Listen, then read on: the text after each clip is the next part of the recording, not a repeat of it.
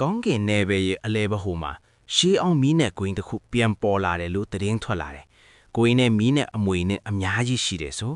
လင်းရွံချက်ချင်းခရီးထွက်တယ်။လမ်းမှာအခြားနှစ်ဖျားတွေအများကြီးလိုက်လာကြတယ်။ပြိုင်ဆိုင်မှုပြင်းထန်လာတယ်။ဂွင်းတကားရှိတိုက်ပွဲမီးနဲ့ဂွင်းတကားရှိရောက်တဲ့အခါတကားဖွင့်မှုစမ်းသပ်မှုရှိတယ်။မီးနဲ့ဝိညာဉ်အစ်စ်မြင့်ဆုံးသူပဲဝင်ခွင့်ရမယ်။လင်းရွံအခြားနှစ်ဖျား9ယောက်နဲ့တပြိုင်နဲ့တိုက်ရတယ်။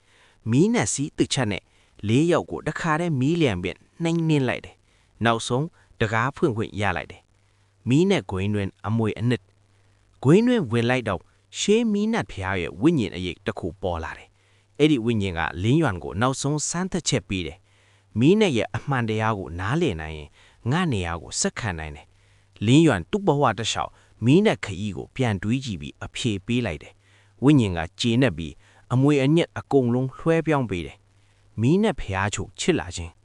အမွေအနှစ်အားလုံးစုပ်ယူပြီးနောက်လင်းရွံခန္ဓာကိုယ်ထဲမီးနဲ့စွမ်းအားအဆုံးမဲ့စီးဆင်းလာတယ်။သူကောင်းကင်နယ်ပယ်ရဲ့မီးနဲ့ဖျားချုပ်အဆင့်ရောက်သွားတယ်။အခုသူ့တစ်ချက်လက်သီးနဲ့နယ်ပယ်တစ်ခုလုံးမီးလောင်ကျွမ်းနိုင်တယ်။ကောင်းကင်စီးမင်းအောင်သူ့ကိုထိန်းချုပ်နိုင်တော့ဘူး။အသစ်တော်ခရီးစတင်ခြင်းမီးနဲ့ဖျားချုပ်ထစ်လာပြီးနောက်လင်းရွံကောင်းကင်နယ်ပယ်ကိုကြော်လွန်ပြီးပုံမြင့်တဲ့စကြဝဠာနယ်ပယ်ကိုခရီးထွက်ဖို့ဆုံးဖြတ်တယ်။အဲ့ဒီနယ်ပယ်မှာနတ်ဖျားချုပ်တွေအများကြီးရှိနေသေးတယ်။သူရှိမှပိုကြီးမားတဲ့စိန်ခေါ်မှုပဲစောင့်နေတယ်။မီးနတ်စီးကိုကြိုက်ထားရင်းလင်းရွံကောင်းငင်ကိုမောက်ကြည့်တယ်။ဒီခရီးအဆုံးမရှိဘူး။ဒါပေမဲ့ငါဆက်သွားမယ်